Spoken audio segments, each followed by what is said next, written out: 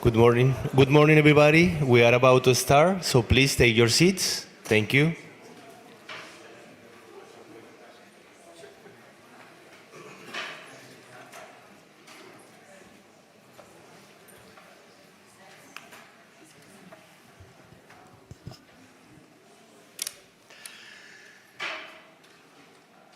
Excellencies, distinguished guests, dear friends, dear colleagues, a very good morning to everyone. Bula, Talo Falava, really nice to see everyone in this room. It is a great honor and pleasure for me to welcome you all to this SIDS event, in particular because the small island developing states has been مرحبا بكم. بالنسبة لهذا الموضوع، وهذا الموضوع كان جزءا مهما جدا من عملي لمن لا يعرفني منذ ذلك الوقت. موضوع الدول الجزرية الصغيرة، عملت في نيويورك ل12 سنة في مكتب الدول الجزرية الصغيرة النامية كجزء من أعمالها، وعملت كذلك في أكثر من محفل، وسعيد بوجودي هنا وأن أدير هذه الجلسة فيما يتعلق بالدول النامية. of the disaster risk reduction elements of the Antigua and Barbuda Agenda for the SIDS. This reflects the urgency and the ambition required at this important moment. Small island developing states face some of the highest level of disaster risk in the world. Their mortality rates from disasters are more than twice the global average, and the economic cost they endure are among the highest relative to national income. At the same time, SIDS are leading voices on climate resilience. They have consistently demonstrated innovation in disaster risk governance. And they have long warned of the dangers of climate change, and they continue to apply traditional and community-based knowledge to building resilience. Despite this leadership, the midterm review of the Sendai framework has revealed that progress on disaster risk reduction is falling short.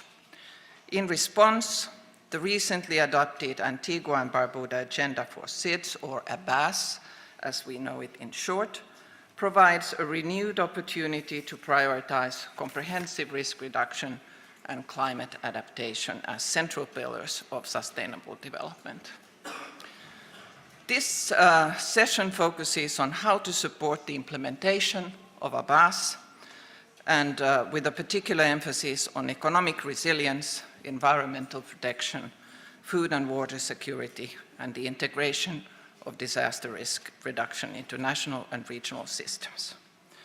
And one tangible example of support and partnership, my own country, Finland, has long prioritized disaster risk reduction in meteorological collaboration in our development cooperation. Finland is a firm supporter of UN Secretary General's Early Warnings for All initiative and a trusted partner for building resilience on weather and climate-related disasters. And with these very short introductory words, it is my great honor and pleasure to move to today's program. So to ensure that we will hear a wide range of voices in this session, we will have an opportunity for an interactive dialogue at the end of our panel and our esteemed keynote speaker. So please submit all of your questions that you have to our excellent speakers today through this Slido QR code that is available. I think you will see it soon. And noting also who you would like to address your questions to. We will then come later at the end of the panel discussion to your questions. And with this, it is now my great honor and pleasure to invite the Honorable Ralph Regenvanu, Minister for Climate Change, Environment and Disaster Management of the Government of Vanuatu. Vanuatu is a beautiful country. I've had the pleasure of visiting it, and Vanuatu continues to lead global efforts on climate justice and resilience, and we are very honored to have you, Mr. Minister, with us today. Minister, you have the floor.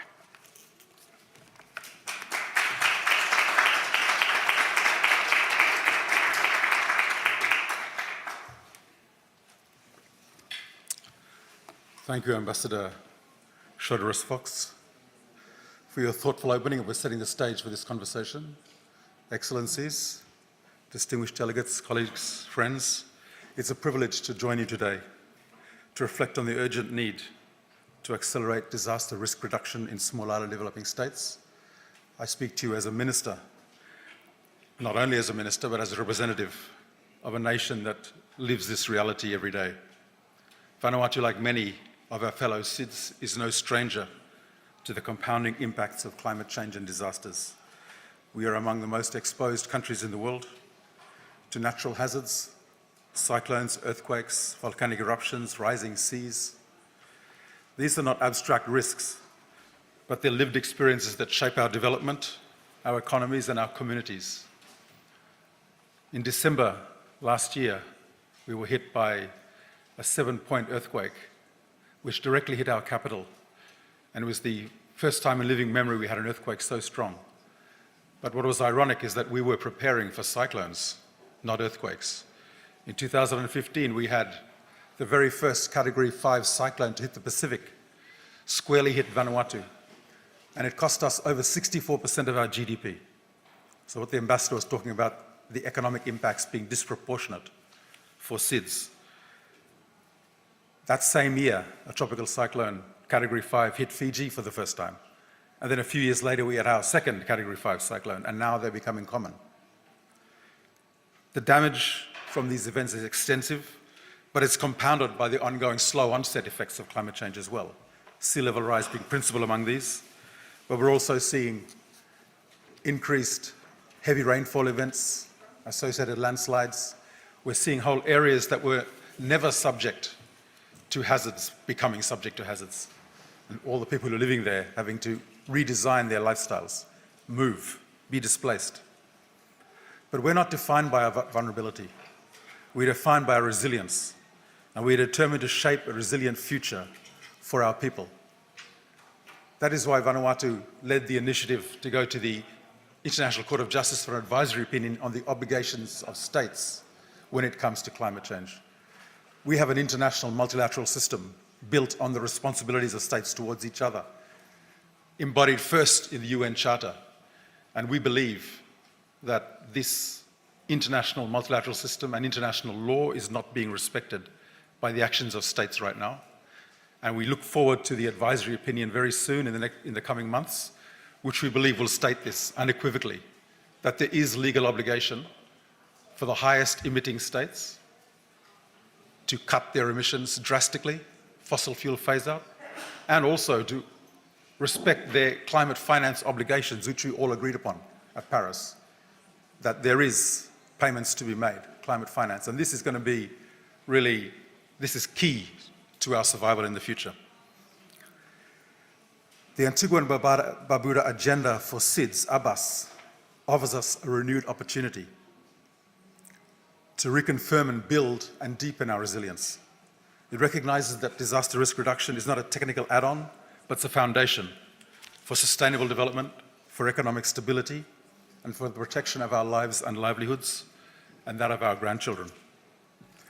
As SIDS, we are necessarily engaged in development that is on a low emissions pathway. We are some of the carbon sinks of the world, my country, for example, but we are still going to achieve 100% renewable electrification within 6 years, which is our National Energy Roadmap target. We are necessarily involved in development that is all about adaptation. And unfortunately, we are also involved in development that has to do with loss and damage due to the failure of adaptation in many instances. So loss and damage is now becoming increasingly important for us. And I'm delighted that this week Vanuatu became the first country to qualify for assistance from the Santiago Network to develop our own vision of what is loss and damage and how we are going to adapt to it. But let me highlight three key priorities where we must act urgently and collectively. First of all, we need to integrate disaster risk reduction into national development systems. We must embed risk reduction into every sector: agriculture, tourism, infrastructure, education, and so on. In Vanuatu, we have my ministry: climate change, energy, environment, geohazards, meteorology, disaster management. That's one way to integrate, put it under one ministry. We have a national adaptation plan, which we are developing, and we are calling the National Adaptation Plan and for loss and damage as well. Crucially, we have the National Advisory Board, which brings together, headed by the Director General of the Ministry of Climate Change, almost all the directors of all departments, which oversees all climate change and DRR activities in the country. So there is a breaking down of these silos that may exist. So every program that happens in every department, in every ministry, is approved and endorsed by the NAB under legislation. But this integration that I'm describing has to be supported by strong institutions, reliable and accessible data, and inclusive decision-making that reflects the voices of our communities. So one of the other initiatives we're taking in Vanuatu is to really focus on strengthening and building community disaster and climate change committees in every community, CDCCCs, making sure that we have women, youth, people with disabilities, private sector, chiefs involved in that CDCCC, and making them not only development committees for the community, but also first responders, first assessors, and trained up in building resilience within the community. And then connecting them with local area councils. We've just brought in local area councils over the last 8 years or so, where we embed public servants at the sub-area level with satellite communication technology, direct link to the CDCCCs. So we have this direct link one way and back, where we can get first-hand information from communities, first-hand assessment, 24-hour assessment, communicated directly, and then also advice on how to plan resilience and DRR and response. Secondly, we need to harness local knowledge and innovation. Our communities know where they live. They've had experience of living through climate change, through disasters. They have long histories of resilience. Particularly for the Pacific Island countries, indigenous knowledge systems combined with modern science and technology are powerful tools for adaptation. In Vanuatu, we are blending traditional cyclone shelters, traditional architecture, which has proven resilient to cyclones, with modern engineering using community-based early warning systems that are both low cost and effective. We have piloted community-based early warning systems too that incorporate traditional knowledge, that incorporate traditional knowledge paths of weather observation. How do you respond? How do you prepare for cyclones? This is something we've been doing for generations in the Pacific Islands. So we urge our partners to invest in innovation that is locally led and scalable across island contexts, including early warning systems, nature-based solutions, digital tools that empower communities. Thirdly, we need to unlock finance and partnerships. Resilience requires resources, yet SIDS continue to face barriers in accessing climate and disaster finance. For Vanuatu and other particularly vulnerable SIDS, there is no luxury of time. Climate change is not a future threat, it's a daily reality, and it undermines our sustainable development every day. For many countries, smaller countries, it is literally a death sentence. It will be in the future. That's why for us the most urgent priority is to integrate DRR into expanded adaptation efforts, addressing the accelerating loss and damage as adaptation limits are breached, as I mentioned previously. But for this we need finance, and finance is wholly inadequate, not just in volume but in form and quality.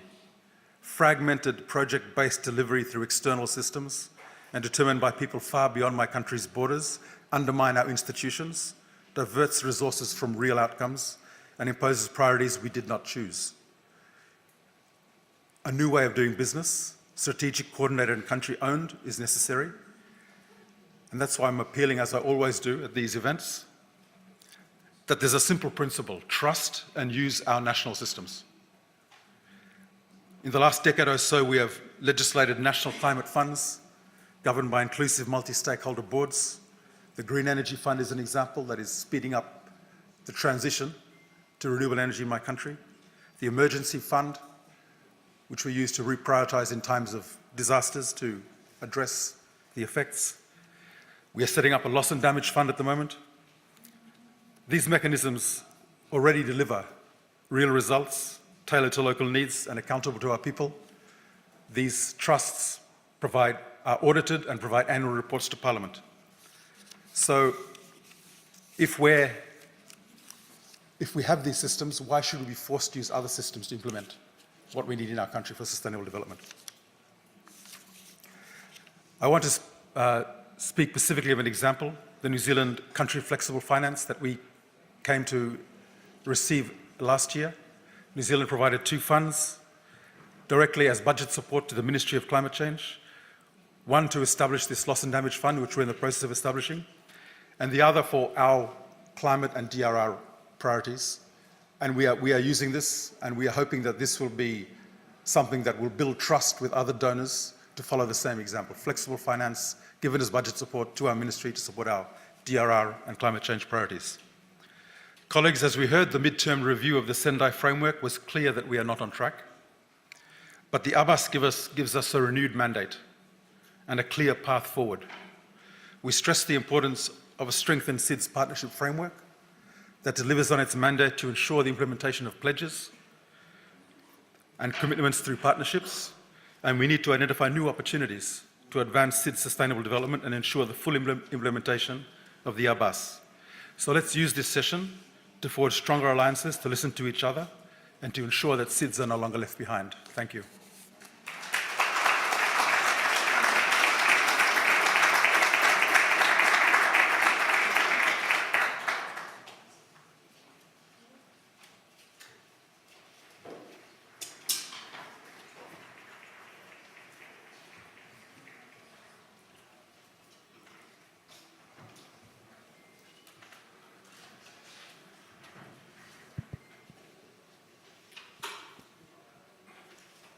Is it on? Yes. Thank you very much, Minister, for your very powerful, very insightful message to us and your keynote speak. I think your reflections and you shared with us some critical things. It was very clear, these 3 points that we need to be working on, to integrate DRR in national development systems, and to highlight local knowledge and innovation, including indigenous knowledge and innovation, and then to build these financial partnerships. Really important message there, and something that now our panel that is starting is a really good and compelling message to start our panel with. So now, ladies and gentlemen, it's my great pleasure to introduce the panelists and invite them here to join me on the podium. First, we have Ms. Desna Solofa, Deputy Secretary General of the Pacific Island Forum.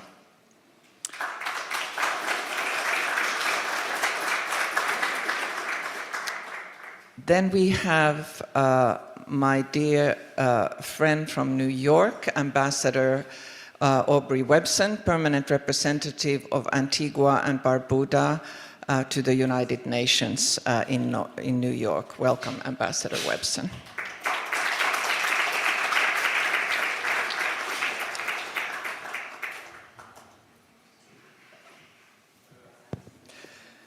And then we have Ms. Gina Bond, Chargée de Mission at the Indian Ocean Commission. Welcome.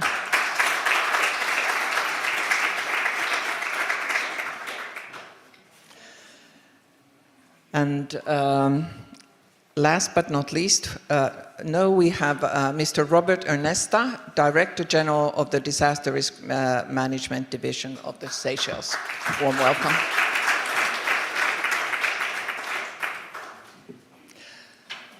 And then Ms. Misha Loban-Clark, Executive Director of the Barbados Chamber of Commerce and Industry.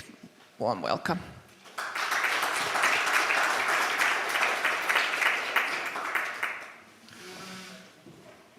So a very distinguished panel, really glad to be here, and I will ask you all one question to help us unpack and the opportunities and the gaps that need to be addressed fully to realize the disaster risk elements of the Antigua and Barbuda Agenda.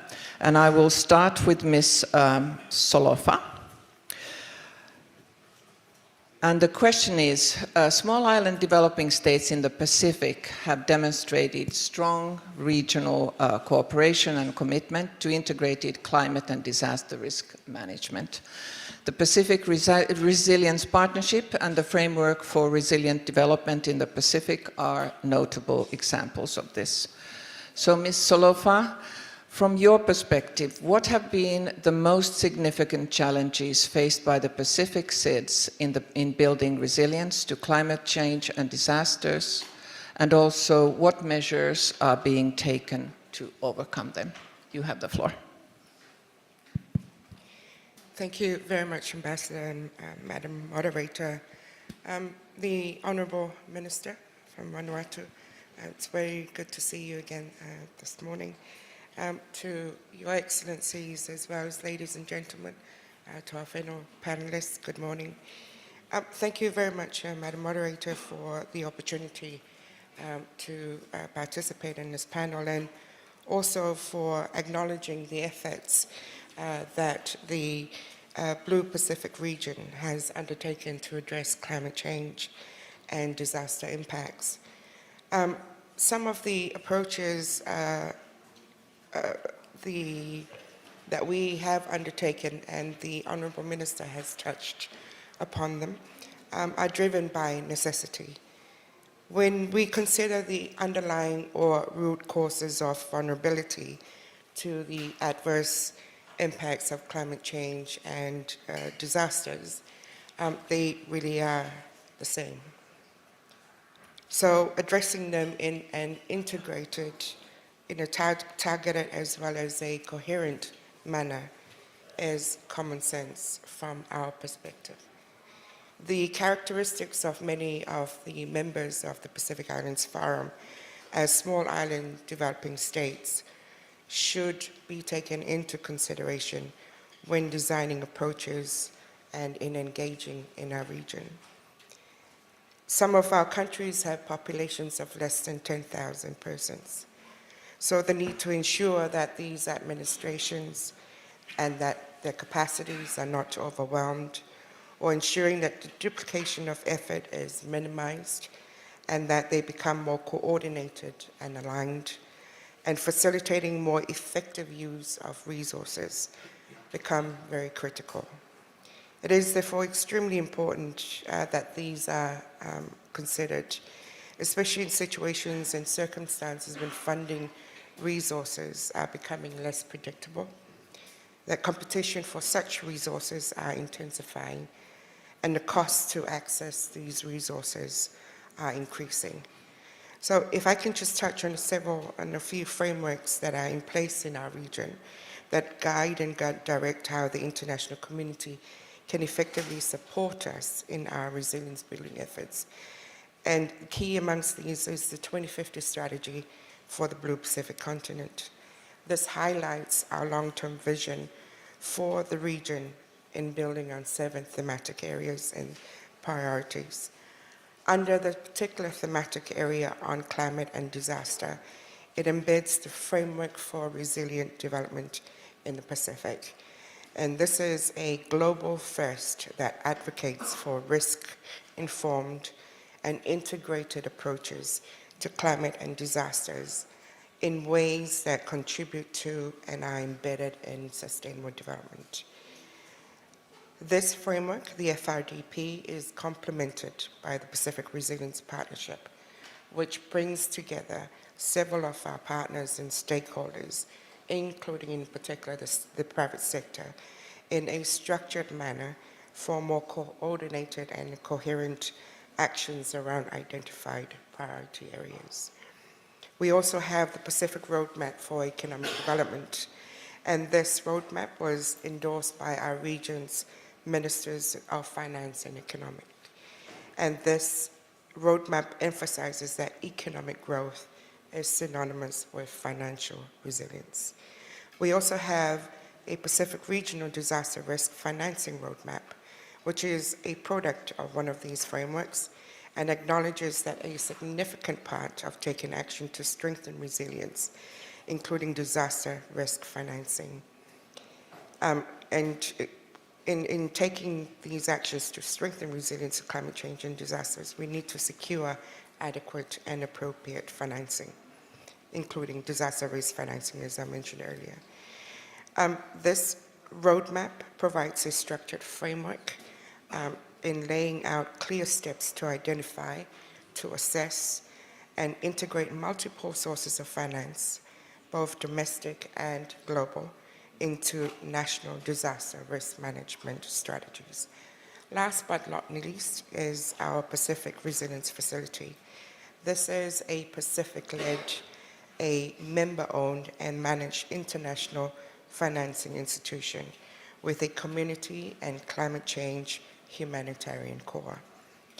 The PRF, as we call it, has a transformative grant investment climate financing business model that will invest grants to generate a return and provide a predictable and sustainable source of financing to build and sustain grassroots community climate and resilience, disaster resilience efforts. So, Madam Moderator, these are some of the frameworks that the Blue Pacific region has developed for our Pacific peoples. If the international community is truly committed to providing effective, genuine, and durable support to the region, we would strongly encourage investment through the Pacific Resilience Facility, and that all our development partners work through us and through our regional frameworks to contextualize the priorities and their support based on the needs of our peoples and the priorities of our governments. Thank you very much for this opportunity.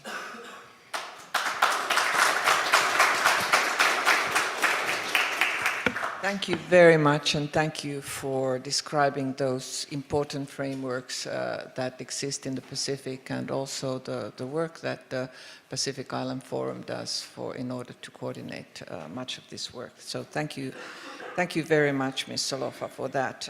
Now it's my great pleasure to move to Ambassador Aubrey Webson. Ambassador Webson was, of course, extremely important in planning and putting together not only the Antigua and Barbuda meeting itself, but negotiating also the outcome document and the important parts that are in it. And so he is really a very good person to ask this next question. And the question goes to innovation and technology are at the heart of the Abbas agenda. From early warning systems to digital solutions, many tools exist to help reduce risks, but access and scalability remains concerns. So, Ambassador Webson, what innovative approaches, technologies, or tools can be used to enhance disaster risk reduction and resilience in SIDS? And furthermore, how can these solutions be scaled up and adapted across different islands? So, Ambassador Wilson, the floor is yours. Thank you very much, Madam Chair, and good morning and greetings to all. Honorable Minister, Excellencies, friends. Before I begin, let me make two provisos, ask you to indulge me a little bit. First of all, it's very difficult to read notes in Braille holding a mic in your hand, almost impossible. So I'm not going to be as smooth, probably. And secondly, you know, I did some university teaching a few years ago, and I see every moment as a teachable moment. We all speak about inclusion and so on. And while this chair is nice and comfortable, I remember saying to my wife many years ago, I'm interested in functional things, not beautiful things. So the chair is nice, but it doesn't facilitate the inclusiveness of a person who is blind to read and present. So just keep that in mind in planning, not just here, but we do that all the time in UN meetings and other meetings. If you really want to be inclusive, as I said many years ago, inclusion is not a project, it's a way of life. So it's what we do and how we do. So I've taken up 90 seconds of my speech.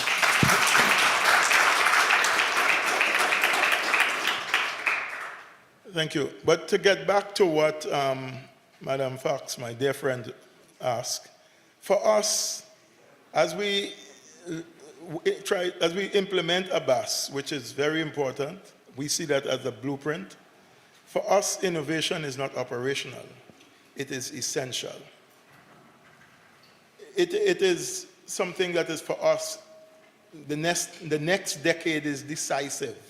We said that in Antigua and Barbuda, that we need to be sure that SIDS come out of the next decade with a level of resilience, prosperity.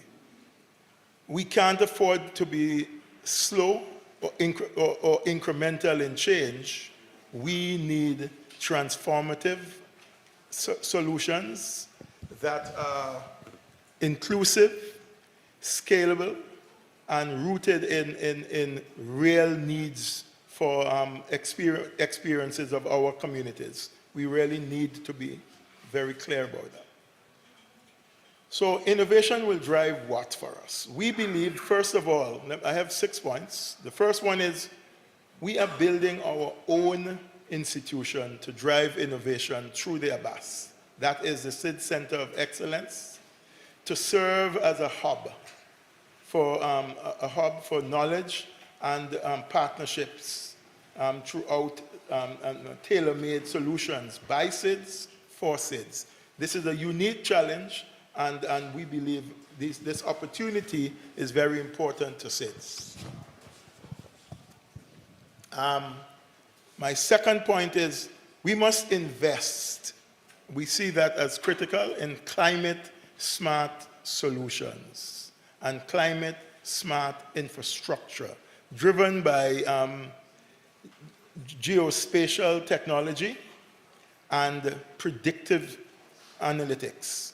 We see the SIDS Center having a data hub that will allow us to use AI-powered early warning systems to mobilize based on risk alerts and real-time, using mobile systems to provide real-time hazard mapping and information, such as using this technology that is already being used, some of it, across the Pacific and the Caribbean, and we need to make sure that this is implemented in all SIDS, because all of us are threatened by some form of climate change.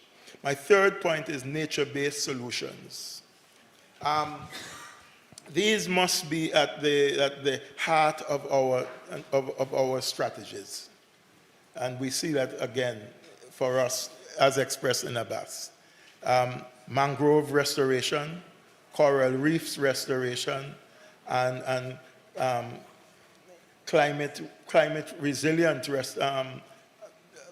information and climate resilient action, such as agroforestry. And all of these offer proven ways already to help us in dealing with disaster and enhancing livelihood in SIDS.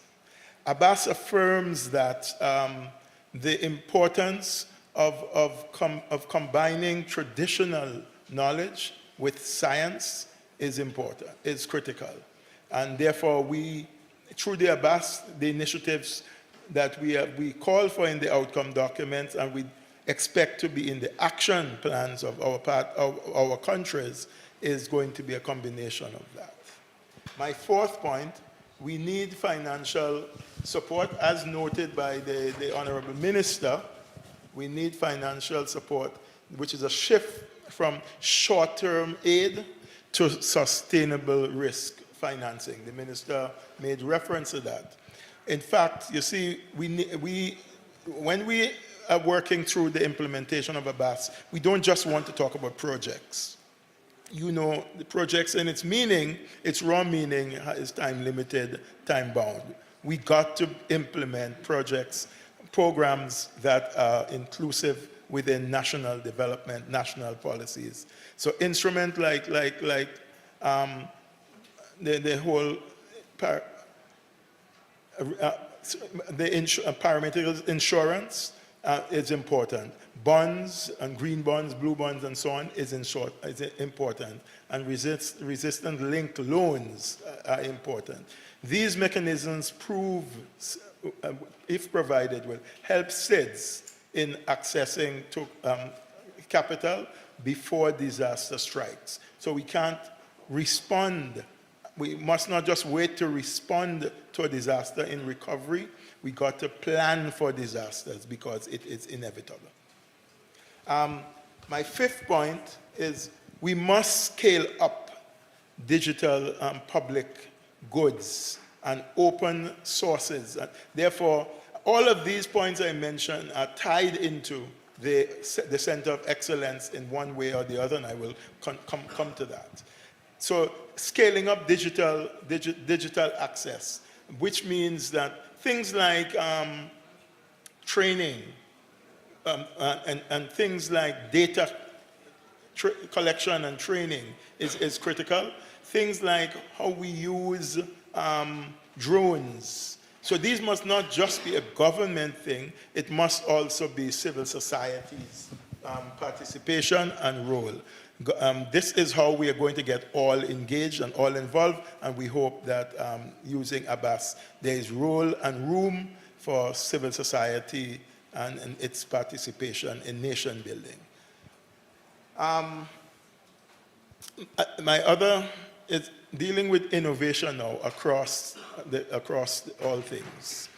ABAS provides a clear framework with 3 core pathways. First is regional cooperation and South-South exchange. And I have been very explicit and very clear on this. I believe that SIDS must act collectively as innovation accelerators, sharing information, sharing tools, sharing experiences. We have to share lessons learned. We must no longer just see SIDS work in the Caribbean as distant from SIDS work in the Pacific. We have to link through universities, academia, link through civil society. We just have to link. One of the things SIDS 4 did was bring the youths across SIDS together, and we have to use that. So that's very important. Public-private is the second of those 3 things. The public-private partnerships is what we must use to scale up inclusive multi-stakeholders partnership to increase, to scale up our work. And this is important as we look at the business forum. And as we move business, again, it is going to be much more profitable, let's face it, to businesses if we could do things as a unit rather than as individual micro or mini states, because some of us are mini states. Some of us have less than 50,000 people. And if we're going to be profitable, we have to come together. And then global advocacy for fair financing. For me, this is very important. Again, the SIDS, we spent a lot of time looking at access to concessional financing over the past couple of years, looking at the MVI. We have now also, within the center, created our own instrument, the DSSSS, which will help us to help our partner, each island, in addressing the question. Some of us are drowning in debt. So will help us to deal with the question of debt, help us to prepare for finance, and the DSSS is an instrument that SIDS itself will have developed for SIDS, because many of the international financial instruments, even in the multilateral institutions, as they are right now, are not fit for SIDS' purpose. So let us be clear. When we talk about resilience, this is not a product we're talking about. We're talking about, this is a process. So when we talk about resilience, prosperity, it is a process. We're not just saying have a project on resilience. We are saying this is a process over the next 10 years that will move us to resilience. The SID Center of Excellence, then, our institution that we see will drive us in that direction, has the data hub component, the innovation component, the business forum component, and the DSSS, which is the Debt Sustainability Support Service component. Bringing those together, working and using South-South knowledge and community engagement, we believe ABAS is a solid instrument. How I got through this on one hand, I don't know. Thank you.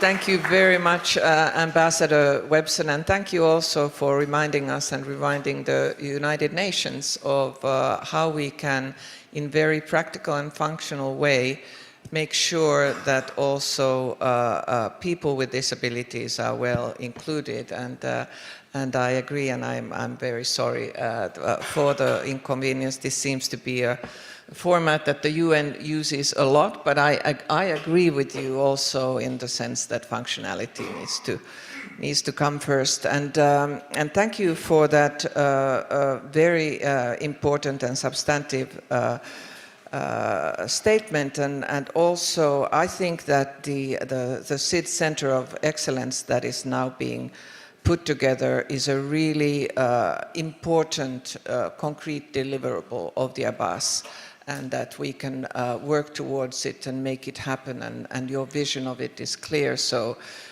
now it's for the international community to really make it real. So thank you very much. I was very taken in the beginning with the Honourable Minister's comment when he was saying that Vanuatu was preparing for a cyclone but was hit by an earthquake. I think that this is something that really makes us think about what vulnerability is all about, and also what resilience is all about and how we can deal with that. So now it's my great pleasure to go to you, Ms. Gina Bon, with a question on, in particular, on resilience. So it goes that resilience of all countries, including the small island developing states, depends on more than infrastructure. Food and water security, ecosystem protection, and inclusive economic systems are all essential to sustainable development. So, Ms. Bon, how can economic resilience, food and water security, and environmental protection be strengthened in SIDS? And in your view, what roles should governments, the private sector, and civil society play in advancing these goals? Please. Thank you very much. Good morning, everyone, ladies and gentlemen, excellencies. It is a pleasure for me to be on this panel. You know, we hear a lot about Pacific, Caribbean, but I'm bringing you the voice of the Indian Ocean Islands and the voice of the African islands, because the Indian Ocean Commission, we are also the Secretariat for the African Islands under the African Island States Climate Commission. We heard from the distinguished ambassador, resilience is not, it's not something which is today. It is a long-term process. And we need to ensure that in designing our programs and in designing the works that we want to do to sustain the, I would say, the livelihood of our nations, we need to take into consideration that we cannot do it alone. No island can do it alone. We need to work together. One, we have to look at what is happening inside of our own little island. You know, we have so many little dots scattered all over the place. But at the same time, we are sitting right into an ocean where in many occasions, people do not understand that we need to understand the ocean for us to be able to survive. Because this is where the survival of most of our countries are. We depend on the ocean for our food, we depend on the ocean for our economy, for transport. Everything that we bring into our islands, most of it goes through the ocean. But we do not understand the ocean. And let's hope that next week under the UNOC, that will be discussed a little bit more, the connection that we make between the ocean and the livelihoods of our people and the whole resilience process, because the ocean is the climate regulator. If you do not understand it as island states, you are really looking at, preparing for the next disasters, because we have the sea level rise, biting right into the coastal areas. This is where most of our infrastructures are. And if we don't do something about it now to understand, we do not have highlands to run to. Like if we look at what is happening on the mainland Africa, you can go from one country to the other, maybe, if you are allowed to go through. But on island states, you don't have highlands to go through. And we are constructing up on the islands. We are building up hills. And what happens, we are forgetting that we need to restore the ecosystem around us. Whilst you develop on the mountains, you have to always try to understand that you need to restore your ecosystem. You have to ensure that you build what needs to be, the roads that you are bringing up there. You have to look what would be the impact that it will have on the social and the environment. So in the Abbas, when we look at Article 11, it tells you, it spells out the aspiration of the states, how the states would want to build their resilience, and where we want to go. And and in there, it talks about everything in terms of connecting the dots, look at development resilience as a system, not as individual little packages that we look at, that we've been doing all along, looking at agriculture differently, looking at health differently. But today, everything is inclusive. We cannot afford to look at one sector alone. We have to look at how one sector will impact the other. When we talk about waste management, for instance, everybody would just say waste management. But the impact on your health, we forget that. And what happens if you have you don't manage your waste that is going to the ocean? The fish that you will eat will have an impact on your health later. So these are the connecting the system. We need to do that if we want to be resilient. And we are talking also about finance. I think what we need is, we need finance for us to be able to develop.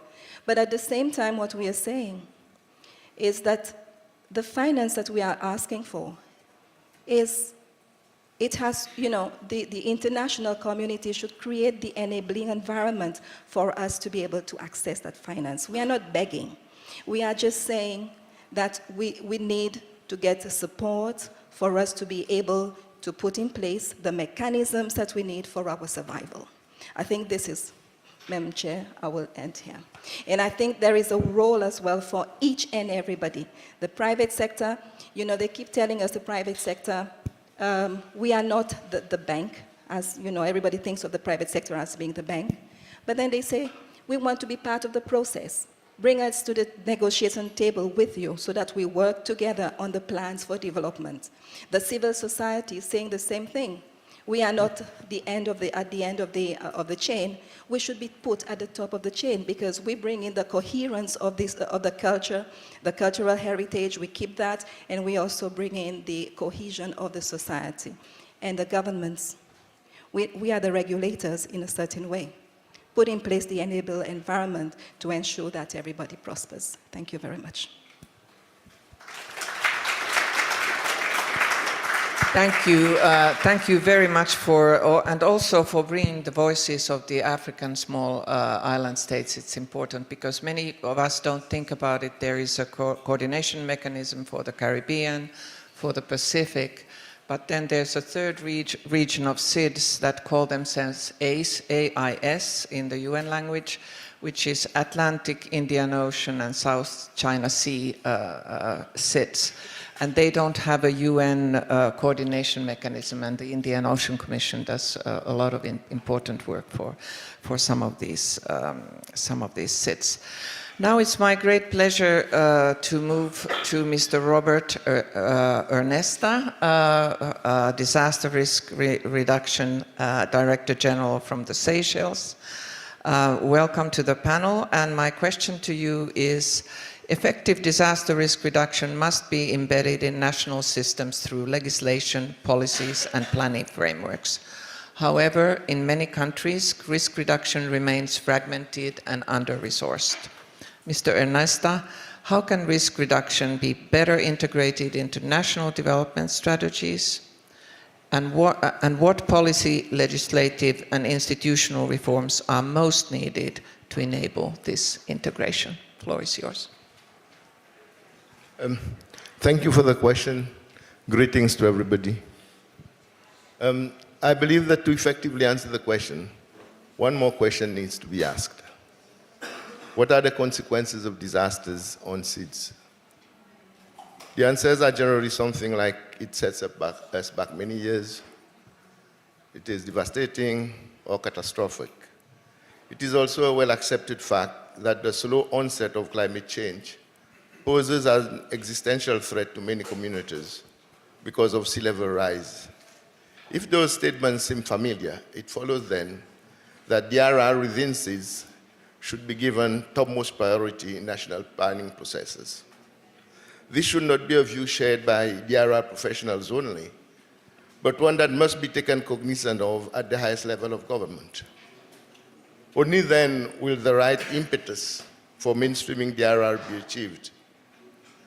I firmly believe that if DRR becomes a national priority, like, say, national security, then it will be embedded into national planning, intrinsic in development planning processes. To my mind, this is the essential change that needs to happen. After all, is DRR not a national security issue?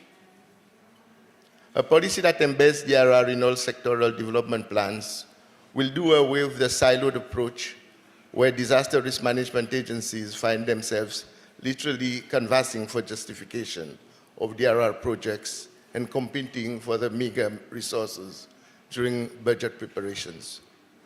The Disaster Risk Strategic Action Plan 2021 to 2030, adopted by Seychelles, mandates all ministries, departments, and agencies to integrate risk considerations into their sectoral plans.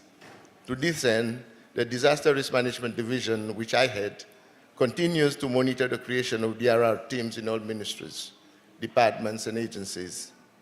This is having the desired effect. Ministry, departments, and agencies have started to budget DRR activities into their annual plans. The Disaster Risk Management Act also has enabling provisions for influencing national policy formulation in regards to DRR through the National Disaster Risk Management Committee, headed by the minister responsible for DRR. The committee consists of senior-most civil servants, principal secretaries from across government, and impacts positively towards national cohesion on DRR issues. The topography of the granitic islands, where most of the population reside, is characterized by narrow coastal strips that rise sharply to boulder-covered hills, covered by less vegetation, with dramatic rock formations, leaving visitors to our islands in awe of its natural beauty. The view is indeed seductive, but within the beauty lie the hazards, as evidenced by the disaster of December 2023, where due to unusually high rains, several landslides occurred with 3 fatalities, thus exacerbating the need for stricter DRR integration into physical planning. The Disaster Risk Management Division works in close collaboration with Land Use Planning Authority, where landside susceptibility mapping will not only inform on impact-based forecasting and early warning, but also on Planning Authority's development agenda. To that effect, a memorandum of understanding between the DRMD and the Planning Authority has been signed, and the DMOU, DRMD, as the national coordinating entity for DRM, provides the Planning Authority with risk assessments and risk evaluation information necessary for the project development, especially in environment and impact assessments. A lot has been done and a lot more needs to be achieved. Most national development strategies though not explicit, do take into account DRR issues. The way forward is to look to the future with positive optimism to ensure that mainstreaming DRR into development processes across SEEDS become a reality. It requires vision, political commitment, and the necessary support in terms of legislation, capacity building, funding, and last but not least, member states have to take ownership of the process. I thank you.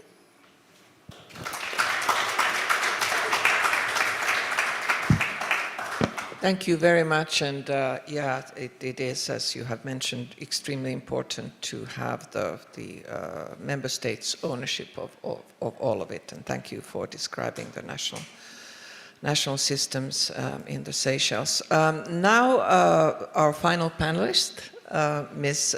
Misha Loban-Clark. My question to you is that regards with the private sector. And so private sector is a key actor in resilience building, especially when it comes to financing and innovation. However, its role is often under-leveraged in disaster risk management efforts. So, Ms. Clark, what financing mechanisms and partnerships can help support the implementation of integrated disaster risk reduction strategies in SIDS, and how can the private sector be better engaged in these efforts? The floor is yours. Thank you, Madam Moderator, Honorable Minister, Your Excellencies, and distinguished panelists and delegates. It's truly an honor to be part of this panel. I would like to respond to this question by citing two examples that I believe are integrated approaches to climate financing, as well as public-private partnerships in the small island developing state of Barbados. And the first is a pioneering private sector climate financing initiative. Only last year, a large commercial bank played a lead role in Barbados' debt for climate swap, marking the first of its kind transaction in the world. By mobilizing bank financing with guarantees to directly fund climate adaptation, this financial institution, CIBC Caribbean, demonstrated how local banks can expand climate financing beyond grants and public debt. As part of the loan guarantee structure, CIBC closely worked with multilateral partners like IDB to implement the debt for climate swap, enabling Barbados to finance major climate projects without raising debt. And I stress that because this important initiative it emphasizes the support that a private sector can give to SIDS, particularly SIDS in the Caribbean that have very high debt to GDP ratios, some of which is so unsustainable. In fact, this initiative is a model that Prime Minister Mia Mottley cited as groundbreaking transaction, serving as a model for vulnerable states. The second I speak to defines collaboration between public, private sector, third sector, and international development institutions, which I believe is at the heart of disaster risk reduction and building resilience.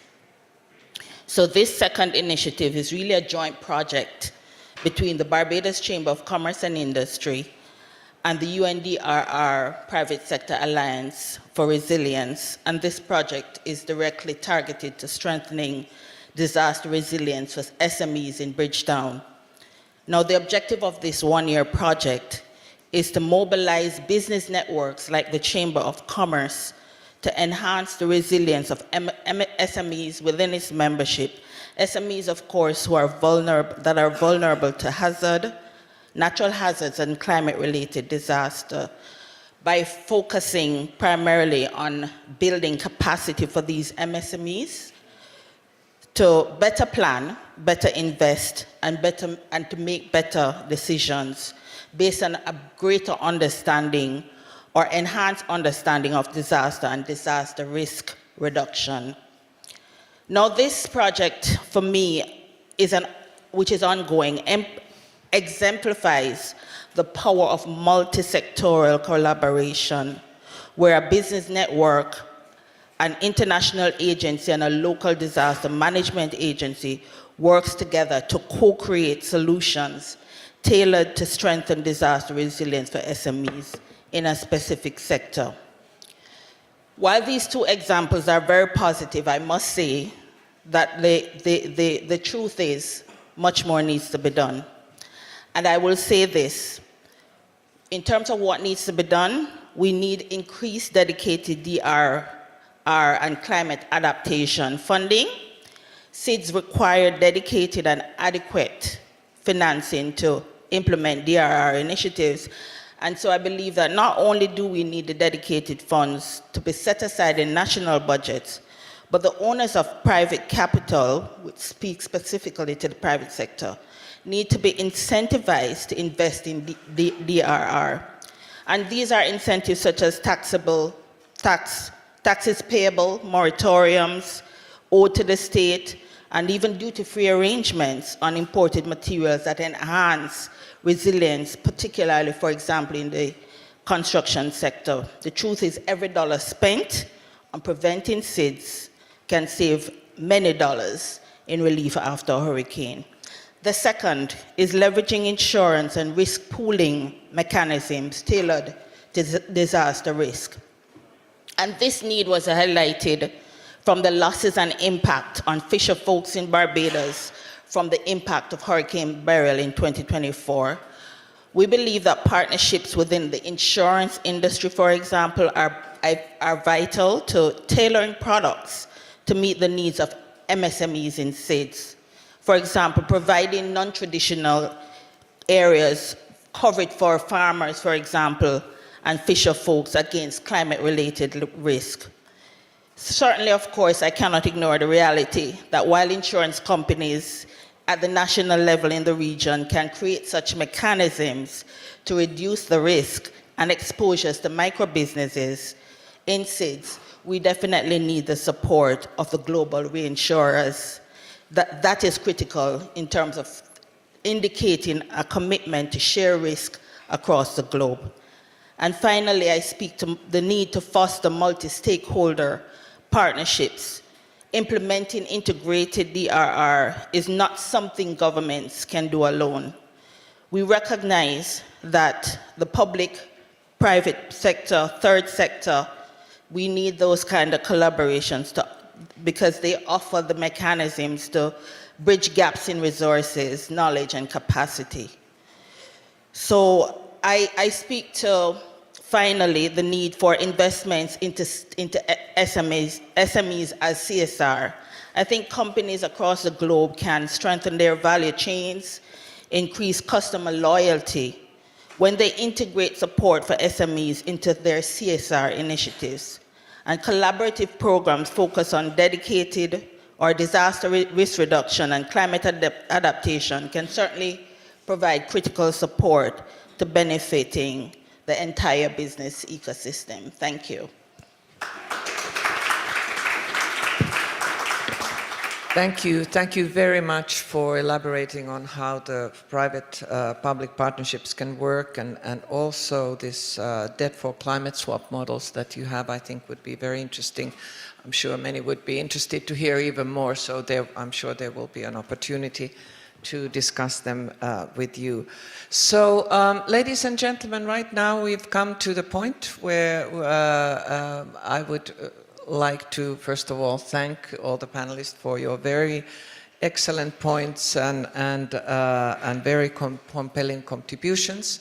But now it's an important time to hear from you. I think we have a few minutes to take some questions. If you have any, I am asking for the Secretariat to either give them in writing, or then if you have an urgent question in the room, you can again go through the QR code that is provided, or then also raise your hand. And also please indicate to whom you would like to direct your question. So I have the first question here. It doesn't really say to whom it is, but I will read it loud. How do we encourage increased investment in research and development for technology in SIDS and LDCs? And who are the first to feel the impacts of climate-related disasters? Any takers for this rather broad question, but in particular, I think it is directed to Ambassador Webson. Please. Thank you very much. I'll take the first part of the question, maybe the last part of the question. Who is the first to be impacted? I mean, I'll take it as a general statement, and other colleagues could expand on it. I mean, as we said, all SIDS islands, whichever island. The islands are so small, most of us, you can't say, I like to say in my own island, Antigua, if the southern part of the island gets hit, the whole island gets hit, because it's 100+ square miles. So there's no, you can't run from, you know, in the United States, if Florida get hit, in New York, seems like nothing happened. You can't do that on an island. So that would be my, in terms of technology, the Center of Excellence intend to do two things. Three things. One is to link research and development with universities and all SIDS so that we can learn from each other. Secondly, we intend to have innovators come together and have hackathons annually so that we can again experience and learn from each other. And then, of course, linking that to the broader private sector globally so that we can learn through a sort of a innovation, a technology bank, so we can learn. So that's kind of how Abbas, through the Center of Excellence, sees that approach in technology. Thank you very much. I think we will move to the next question that we have on the screen, and that goes to Ms. Misha Clark. Many SIDS economies rely heavily on tourism, so DRR is a very high priority. What can we do to ensure resilience of the tourism sector? So, Ms. Clark, would you like to take that? Thank you for that question. So when we speak of building resilience for the tourism sector, I would speak to the need for again, integrated approaches. There are projects, for example, that can be implemented within the tourism sectors, but projects that are not only ensuring the sustainability or resilience of the tourism sector, but the community itself. There are projects that are being implemented currently that then therefore integrate both building resilience for the community within the tourism sector as well as the tourism sector itself. I think that therefore that also calls into question the point I made earlier about the need for public-private partnerships. The fact that the private sector makes investments in projects for the community, but also working in partnership with the government, and the government setting the right policy framework that can make this possible is what I would like to posit in response to this question.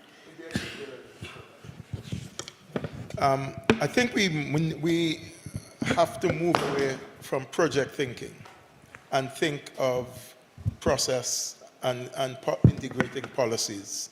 So based on what Mrs. Clark was saying, we have to think about the policy, the legislation, the regulations. So our tourist industry is part of our whole economic lifeline. And all our policies has to be built with those kind of things in mind, insurance, so that we have to come together rather than thinking of a project, think of national policy, national building codes. So again, it's not just adaptation, it's not just mitigation, it's about adaptation as well. So, and to my mind, it's moving away from projectizing and project thinking into national policy. I think the minister emphasized some of that in his presentation. That's where we need to be going.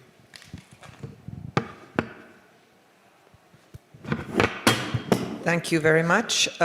We have further questions, and I think we can take some of them. We still have time. The next one goes to both Desna and Robert. So maybe I start with Desna, but it's the same question for both of you. For partners supporting SIDS, what's the key difference for DRR in SIDS to take into account compared with non-SIDS countries? Desna, would you like to take that? Thank you. Thank you very much, Ambassador. It's an interesting question because it depends on, again, disaster touches everybody. And as the members of the panel have referred to it, and as well as the Honourable Minister, disaster touches all our member countries. The difference is the impact on how much we feel and the smallest of our own member countries as well, and as well as the opportunity or the ability to respond to disasters. So the key difference really is, and I think also this question will link to the earlier question that was asked of Ambassador Webson. I think it is also important that we build the capacities that we have.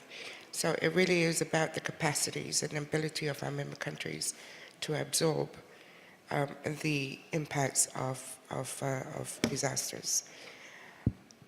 And this is the difference, and I think is also the difference compared to non-SIDS countries.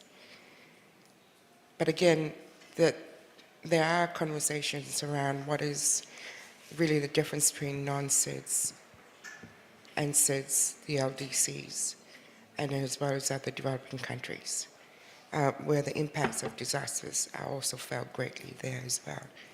But for SIDS, there are the vulnerabilities, there are the particular vulnerabilities that have been highlighted for them, and these are captured in the BAS, the Samoa Pathway, the Barbados Program of Action, and the Mauritius Plan of Action as well. These are quite well reflected. The vulnerabilities of the SIDS are well reflected. And so therein lies the opportunities for partners to support SIDS that would be different and could be delivered differently to the non-SIDS as well. But I think most importantly, in what many of the esteemed panelists have referred to, is how you engage, and what the Minister has referred to as well, is how you engage as well with the SIDS. Whether you approach them from a regional, through regional arrangements and frameworks, or if you were to work with them bilaterally, it is important that you understand, that the partners understand the circumstances. Thank you. Thank you very much. And Robert? To my mind, I believe within SEEDS, there's so much of specificities as compared to the bigger nations. In bigger countries, we tend to have a more generalized approach towards DRR, whereas I believe in SEEDS, and specifically in my country, where we're basically the sole oceanic granitic island nations, the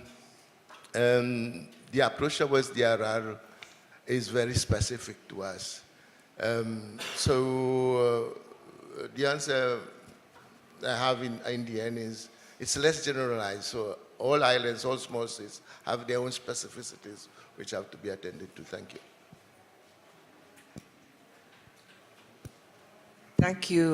Thank you very much. And yeah, and you can also see that for some of the SIDS, the issue of disaster risk is an existential issue. Some of the small adult islands, it is not just it is what their future and what future they will have. So SIDS are all SIDS are extremely vulnerable. So thank you very much. Now I would like to give the panelists a 1 minute short comment on anything that has sparked your thinking during this panel, whatever you would like to say as your final words in this panel. And I think I'm going to go in a reverse order and start with you, Misha, 1 minute final reflections. Thank you. I think I'll say this, when a disaster hits small island developing states, let's say in the Caribbean, it has far-reaching effects, not only for the economy and the people in that country, but it also has far-reaching impact across the globe to companies that have supply chains or suppliers in that country, or plants, manufacturing plants or production plants. And I say this because it tells us that disasters impact not only small island states, developing states, but it has far-reaching global impact. And so when we take to stages like this to have discussions, we must bear in mind that we cannot continue to take siloed approaches to disaster risk reduction. We must have integrated approaches, and we must ensure that we are collaborating and taking collaborative actions. We must move beyond the commitments that we have and the talks and the discussions to implementable actions, and to do so together in partnerships rooted in trust, driven by purpose, and sustained by a shared vision. And so we need to remain committed to the UNDRR Sendai framework, the Abbas priorities, but we also need to ensure that underpinning that is fostering those collaborative partnerships that will benefit all. And finally, we need to urge development partners and donor countries to recognize that supporting SIDS is an investment in our shared sustainable future. And on this issue, I close by saying the Caribbean has no bigger and better voice than Prime Minister Mia Mottley, who stands as an advocate and a defender for SIDS, not only for the Caribbean, but all over the globe. Thank you. Thank you very much. Robert?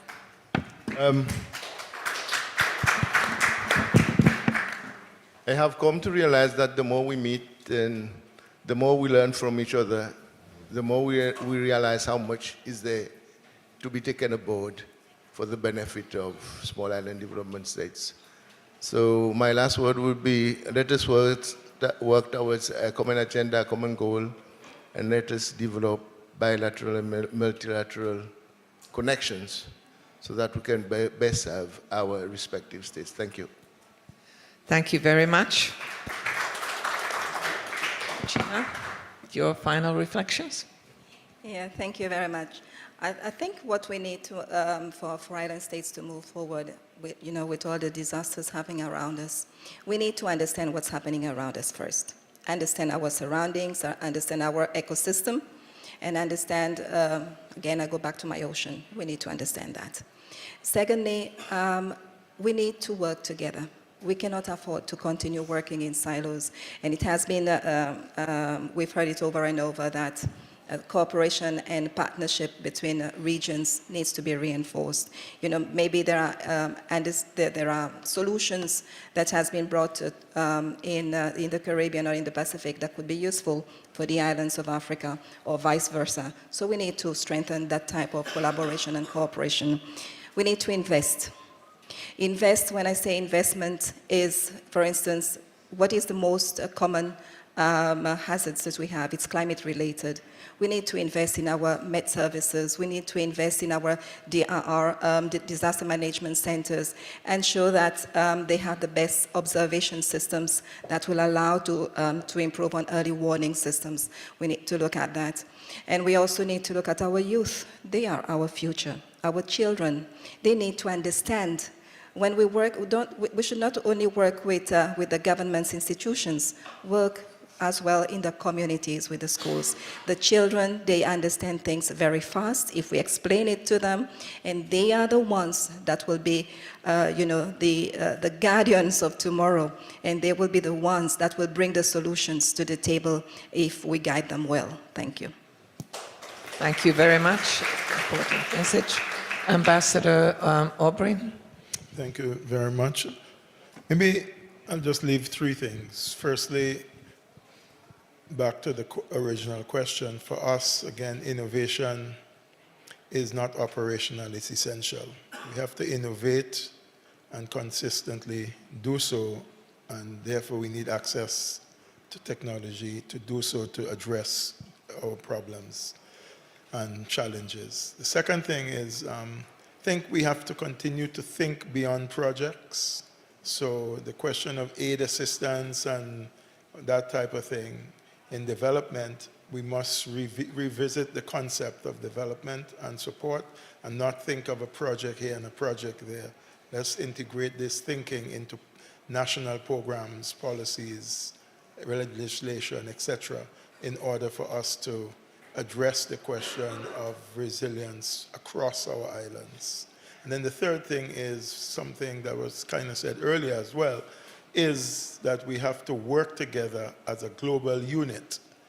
We have institutions like the Center of Excellence, the Alliance of Small Island States, universities that link us as a global unit in order to address both public and the private sector's engagement, as well as learning from each other, building knowledge across the SIDS so that we could jointly find solutions that will help us in dealing. A good example is the program taken by our friends from PNG in climate justice, of bringing us all together to now address the question of climate justice so that we can face the world recognizing the disaster that we face and bring it as a global unit to the courts. So things like that, working together, is what I would leave in terms of my final words.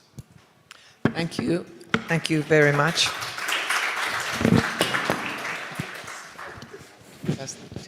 You can just leave it now. So, thank you very much. And now, Desna, floor is yours. Thank you very much, Ambassador. The many takeaways, not just from this morning's session, but also from the whole week. It has, again, made very clear to me that there is no shortage of assistance and goodwill shown to SIDS in supporting their development aspirations, and in also shown through the responses to disasters as well, including addressing impacts of climate change.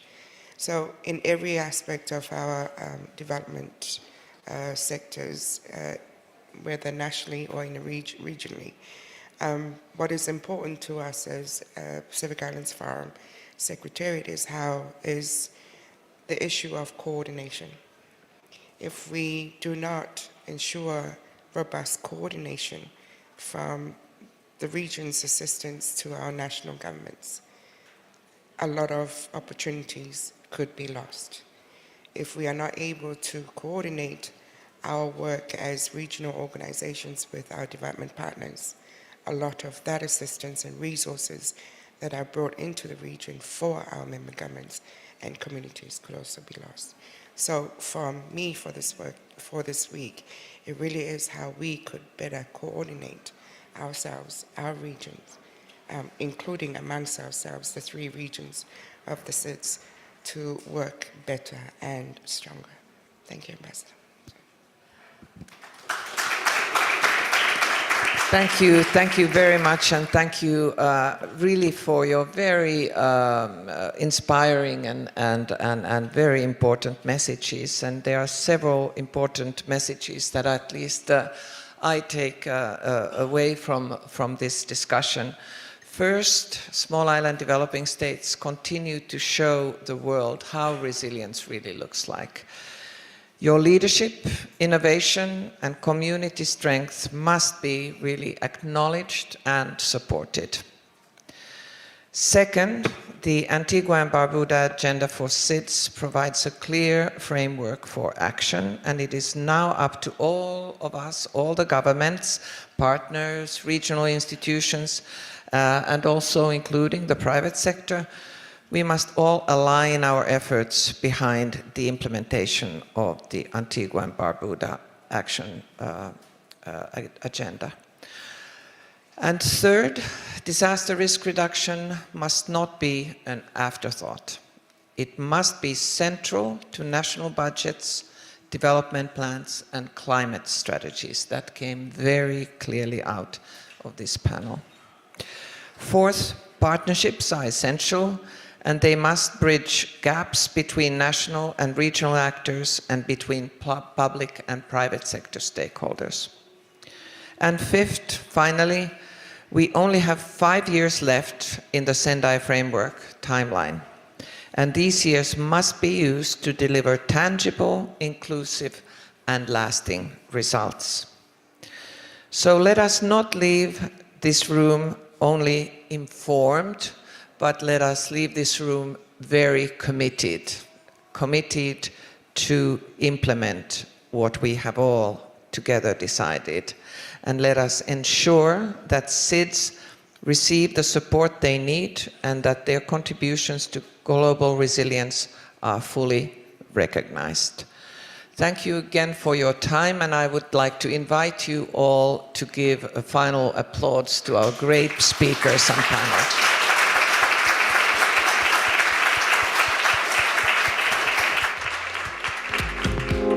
Thank you all for being here today.